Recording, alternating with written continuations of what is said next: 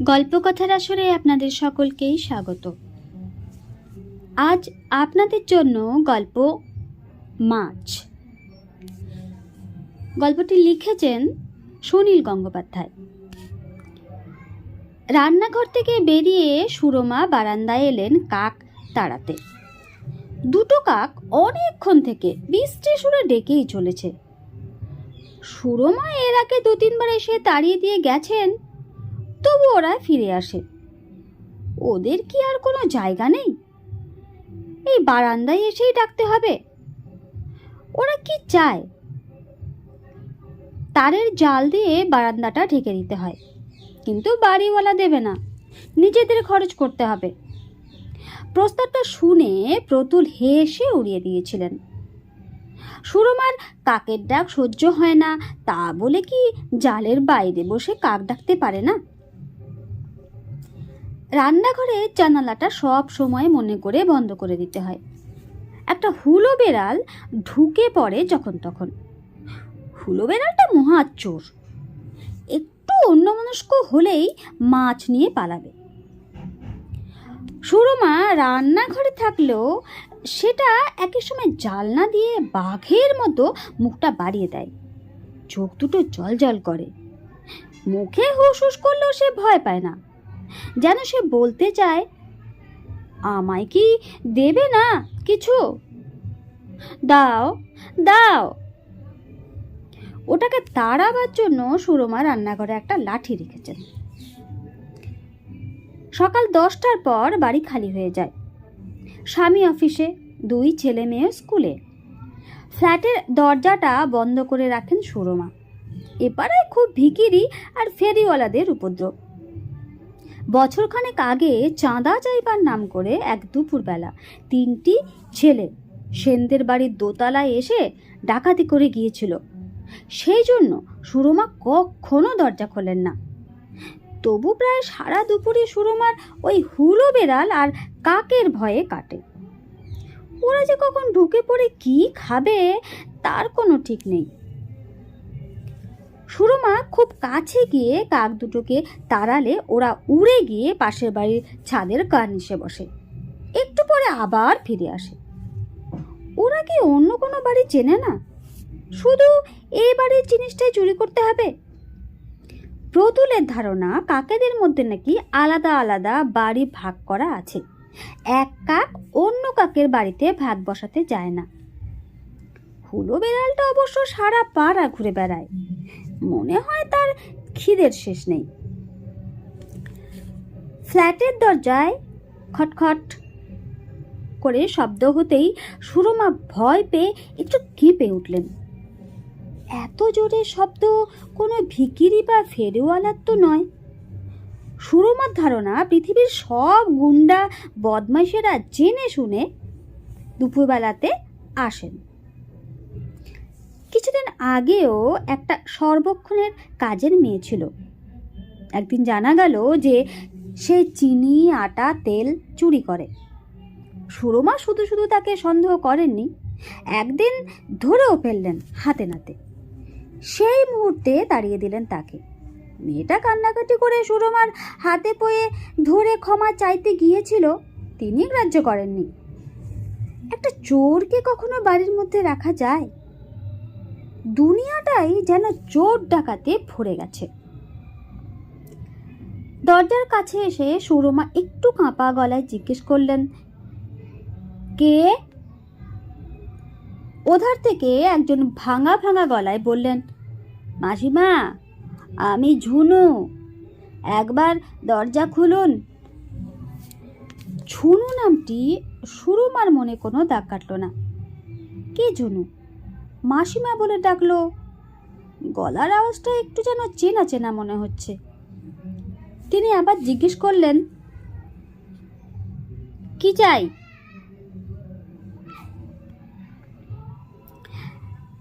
একটা জিনিস এনেছি আপনার জন্য। কি জিনিস? কে পাঠিয়েছে? নন্টুদা পাঠিয়েছে। সুরমার সারা শরীর ঝিমঝিম করে উঠল। নন্তু? এ বাড়িতে কেউ ওর নাম উচ্চারণ করে না। গত বছরের মধ্যে নন্তু এদিকে ভুলেও পা বাড়ায়নি। সে কেন জিনিস পাঠাবে? নন্তুর নাম করে যারা আসে তাদের তো দরজা খোলার কোনো প্রশ্নই নেই। ওরা কতজন এসেছে কে জানে।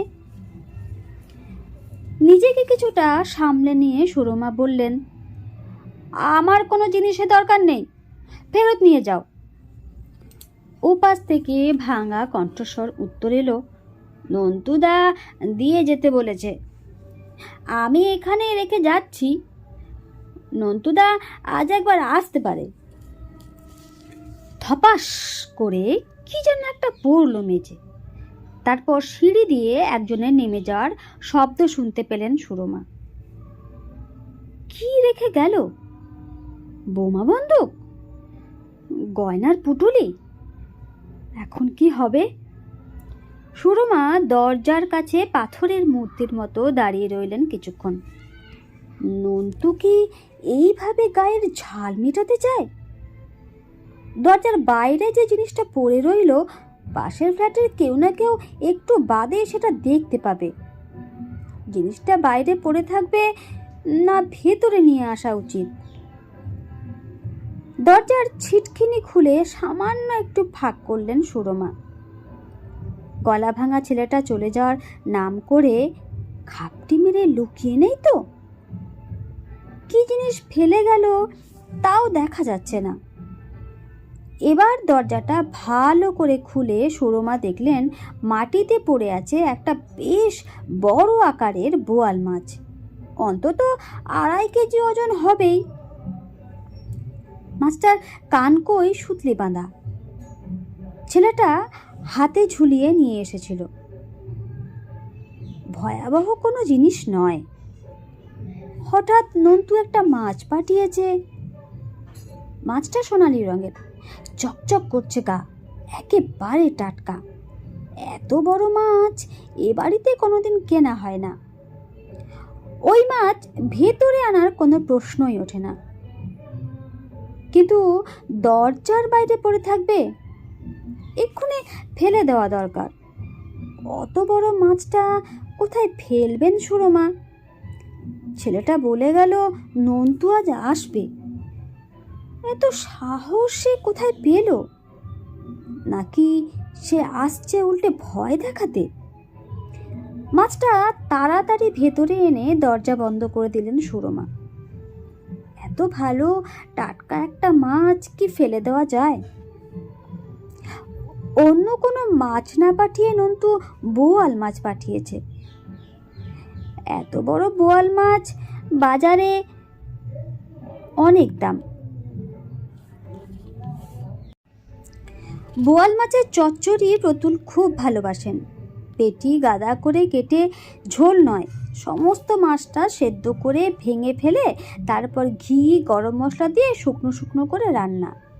প্রতুল প্রায়ই বলতেন, সেই দেশে থাকতে মায়ের হাতে রান্না যে বোয়াল মাছের চচ্চড়ি খেয়েছি সেরকম আর পেলাম না কখনো। তারপর সুরমা প্রতুলের মায়ের কাছ থেকে এই রান্না শিখে নিয়েছে। প্রতুল তারিফ করেছেন। বোয়াল মাছের চচ্চড়ি তারও খুব প্রিয় ছিল। টানাটানির সংসারে আস্ত একটা মাছ কেনা হয় না, বছরে বড় জোর একবার কি দুবার। নন্তু খবর পাঠিয়েছে সে আজ আসবে। তার আগে পাঠিয়ে দিয়েছে এই মাছ। সে সুরমার হাতের রান্না চচ্চড়ি খেতে চায়। কোনো হোটেল বা রেস্টুরেন্টের তো বোয়াল মাছের চচ্চড়ি পাওয়া যাবে না। কেন আসবে নন্তু? এ বাড়িতে ঢোকা না তার নিষেধ, তা কি সে ভুলে গেল? একটা মাছ পাঠালেই তাকে খাতির করা হবে। সুরমার চোখে জল এসে গেল। বাড়িতে আর একটা লোক নেই যে পরামর্শ চাওয়া যায়। স্বামীকে লুকিয়ে কোনো কিছু করতে ভয় পান সুরমা। কঠোর আদর্শের মানুষ প্রতুল, ন্যায় অন্যায় বোধ অতি প্রবল। এখন বাজে মোটে 11টা। 4টের আগে ছেলেমেয়েরা কেউ স্কুল কলেজ থেকে বাড়ি ফিরবে না। কিন্তু তাহলে দুপুরেই খেতে আসবে নন্তু। সে সময় প্রতুল বাড়িতে থাকবেন না, সে জানে।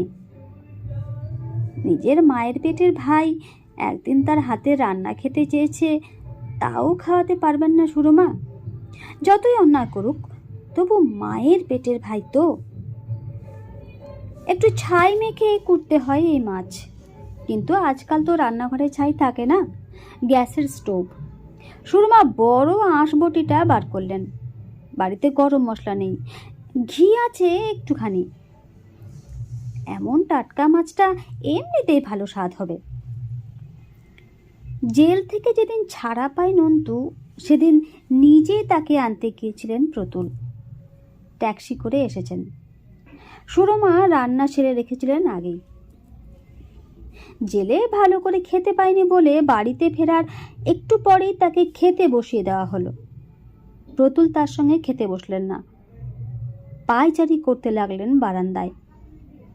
নন্তুর খাওয়া শেষ হয়ে গেলে প্রতুল তার সামনে একটা 100 টাকার নোট ছুঁড়ে দিয়ে বলেছিলেন, আমার বাড়িতে এই তোমার শেষ খাওয়া নন্তু, সুটকেস গুছিয়ে নাও, এ বাড়িতে তোমার আর জায়গা হবে না, তুমি যেখানে ইচ্ছে যাও।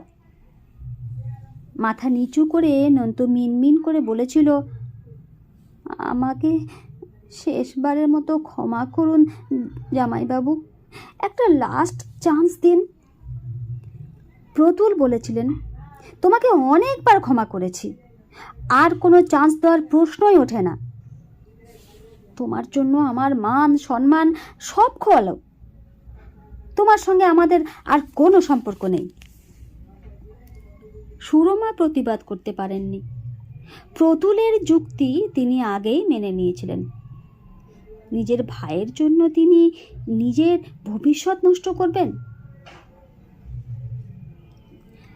এত বড় মাছটা কোটার পর একটা ডেকচি ভরে গেল। এত মাছ কে খাবে? ভাগ্যিস আর কোনো মাছ টাছ পাঠায়নি। চচ্চড়িতে মুড়ো দেওয়া যায় না, যে কোনো মাছের মুড়ো নন্তুর খুব পছন্দ। মুড়োটা দিয়েও আলাদা একটা ঝোল করতে হবে। নন্তু কি ভালো হয়ে গেছে? সে কি সৎ পথে রোজগার করে এই মাছটা কিনে পাঠিয়েছে? প্রতুল বলেছিলেন, অন্তত 3 বছর যদি সে সৎ পথে থাকতে পারে, তার প্রমাণ দেয়, তাহলে তাকে আবার এই বাড়িতে ঢোকার অনুমতি দেওয়া হবে। নন্তুকে দেখবার জন্য সুরবার মনটা হঠাৎ হাকুলি বিকুলি করে উঠল। সুরমার বিয়ের 5 বছর বাদে তার বাবা মা মারা গেলেন 6 মাসের মধ্যে। সুরমারা 3 বোন। বোন একটা মোটে, ছোট ভাই ওই নন্তু। 3 বোনেরই বিয়ে হয়ে গেছে।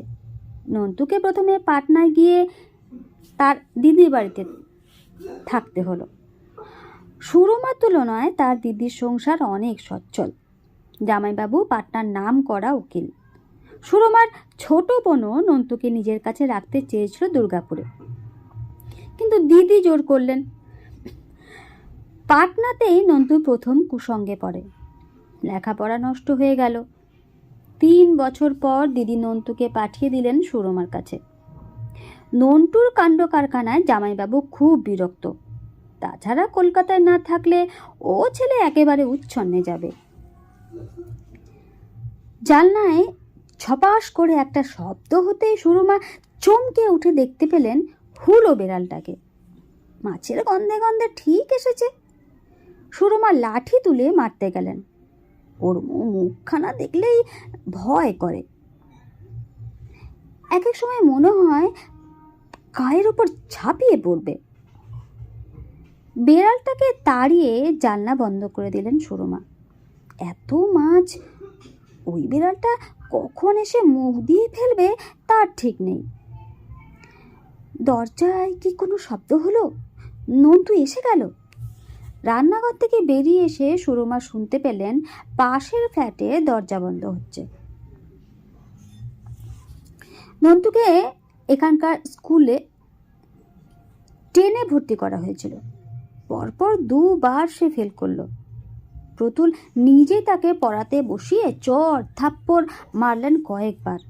তারপর একদিন বললেন, ওর পড়াশোনায় মন নেই, ও কোনো দিন পাশ করতে পারবে না। পাটনায় হিন্দি মিডিয়ামে কয়েক বছর পড়িয়ে ওর আরও ক্ষতি করা হয়েছে।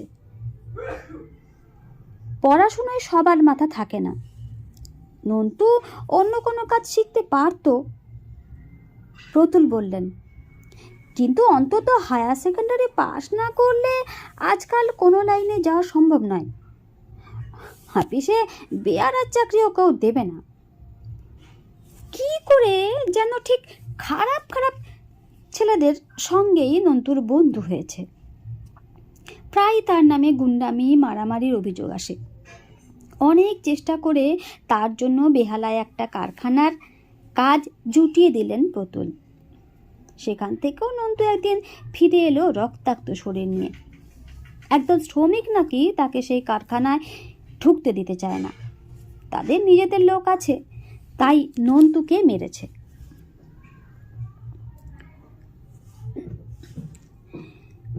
মেয়েরা কেউ মাছ তেমন ভালোবাসেন। ওদের পছন্দ শুধু মাংস। মাংস আর কদিন হয়, মাছ দেখলে ওরা ঠোঁট পাকায়। কোনটা কি মাছ তাও জানে না। মাছের বদলে ডিমের ঝোল পেলে ওরা খুশি। প্রতুল ফিরলেন 7টার সময়, ছেলে আরও 2-5 মিনিট আগে। সুরমা ওদের দুজনকে এড়িয়ে এড়িয়ে থাকার চেষ্টা করলেন। তিনি কোনো কথা গোপন রাখতে পারেন না। তার মুখ দেখলেই বোঝা যায়। তিনি ছাদে চলে গেলেন। এই ফ্ল্যাট বাড়ির ছাদটা মস্ত বড়, অনেকখানি ফাঁকা জায়গা। আকাশ আজ মেঘলা, শুক্লপক্ষ বলে চাপা একটা আলো রয়েছে। পাশের নারকোল গাছটায় হাওয়া বইছে ঝিলমিল শব্দে।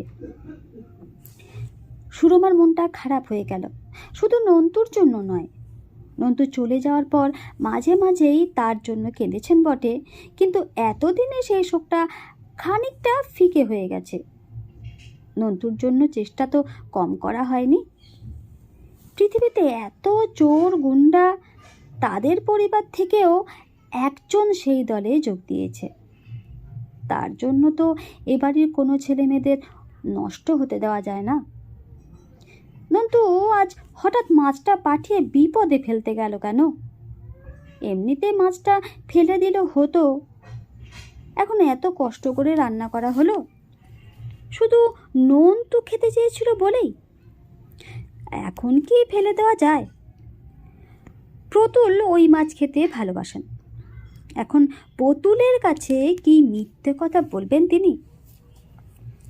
মাঝে মাঝে এই ফ্ল্যাট বাড়িতে তরকারিওয়ালা মাছওয়ালা আসে, বেশ বেলা করেই আসে।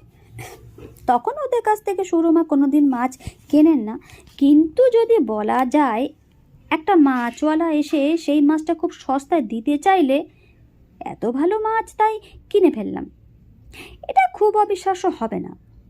বেশি বেলা হয়ে গেছে বলে মাছওয়ালারা অনেক সময় খুব সস্তায় মাছ দিয়ে যায়।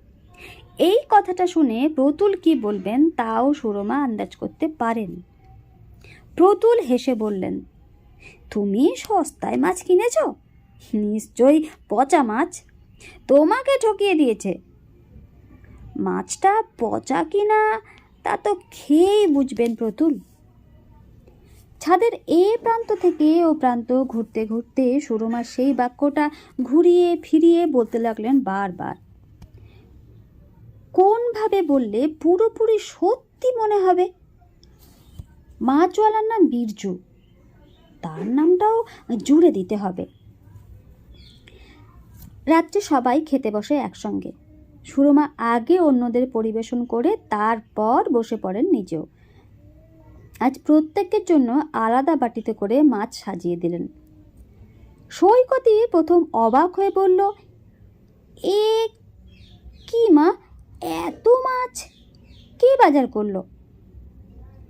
একটুখানি মুখে দিয়ে সে বলল, দারুণ রান্না হয়েছে তো। প্রতুল বিষণ্ণভাবে চেয়ে বললেন, এত মাছ কোথায় পেলে? অনেকক্ষণ ধরে রিহার্সাল দিয়েও ঠিক সময়ে কথাটা মনে এলো না। নিজের বোকামিতে নিজের উপরে প্রচণ্ড রাগ হয়। প্রতুল বাটির দিকে হাত বাড়াতে গিয়েও হাত গুটিয়ে নিয়ে বললেন, নন্তু পাঠিয়েছে মানে? সে হঠাৎ মাছ পাঠালো কেন? নিজে এসেছিল? আর মিছে কথা বলার উপায় নেই সুরমার। রক্তশূন্য মুখ। একটা ছেলে এসে ওর নাম করে দিয়ে গেল, তুমি অমনি নিয়ে নিলে। দরজার সামনে ফেলে রেখে গেল যে। দিদিকে সে চুরির টাকায় মাছ ঘুষ দিতে চেয়েছে। তুমি এই মাছ খেতে চাও, খাও যত ইচ্ছে। আমি মাছের বাটিটা এত জোরে ঠেলে দিলেন প্রতুল যে আর একটু হলে পড়ে যাচ্ছিল টেবিল থেকে। সুরমার হাতে লেগে সেটা আটকে গেল। প্রতুল ছেলে মেয়েদের দিকে কড়া চোখে তাকালেন, তারপর আপন মনে বললেন, যার খুশি সে ওই চুরির টাকার মাছ খেতে পারে, আমি বরং সারা জীবন নিরামিষ খেয়ে থাকবো তবু। সুরমা চোখের জল ফেলতে ফেলতে চলে গেলেন রান্নাঘরে। এই চোখের জল শুধু নিজের ওপর রাগে। একটা মিথ্যে কথা বলতে পারলেই যদি স্বামী ও সন্তানরা একদিন ভালো করে খেত, সেটুকু যোগ্যতাও তার নেই। একসময় ছোট মেয়ে এসে পিঠে হাত দিয়ে বলল, মা খেতে যাবে না? এসো খেয়ে নাও। খাবার টেবিল থেকে সবাই উঠে গেছে। প্রতুলের ওই রকম কথার পর কেউ আর মাছের বাটি ছোঁয়নি। সব কটা বাটির মাছ তিনি আবার ডেকচিতে ঢাললেন। একসঙ্গেই ফেলতে হবে। নিজের হাতে যত্ন করে রান্না করা জিনিস ফেলে দেওয়া যে কত শক্ত তা অন্যরা কি করে বুঝবে? নন্তু আসবো বলেও এলো না কেন? সে তো এমনি এমন মাছ পাঠায়নি। নিজে এসে সেই মাছ খাবে সে কথাও বলে পাঠিয়েছিল। তাহলে সে মত বদলালো কেন? কেন যেন সুরমার ধারণা হচ্ছে এই মাছ কেনার টাকা কোনোভাবেই রোজগার করা নয় নন্তুর। জামাইবাবুকে সে চেনে, না হলে কি সে পাঠাতে সাহস পেত নিজে এসে? না, সে কথা বলতে পারত। আর একটা নতুন চিন্তা চাপল সুরমার মাথায়। আজ নন্তুর কোনো বিপদ হয়নি তো? পুলিশের হাতে ধরা পড়ল আবার? ওদের দু দলের মধ্যে মারামারি তো যখন তখন হয়, দু একজন মরেও যায়। দিদিকে দিয়ে রান্না করিয়ে খেতে এলো না কেন সে? খুটখাট করে কাজ সারতে সারতে অনেকক্ষণ সময় কাটিয়ে দিলেন সুরমা। প্রতুল ঘুমিয়ে পড়েছেন। বিছানায় শুয়েও ঘুম এলো না সুরমার। ছটফট করতে লাগলেন। তার এখনো মনে হচ্ছে নন্তু ঠিক আসবে।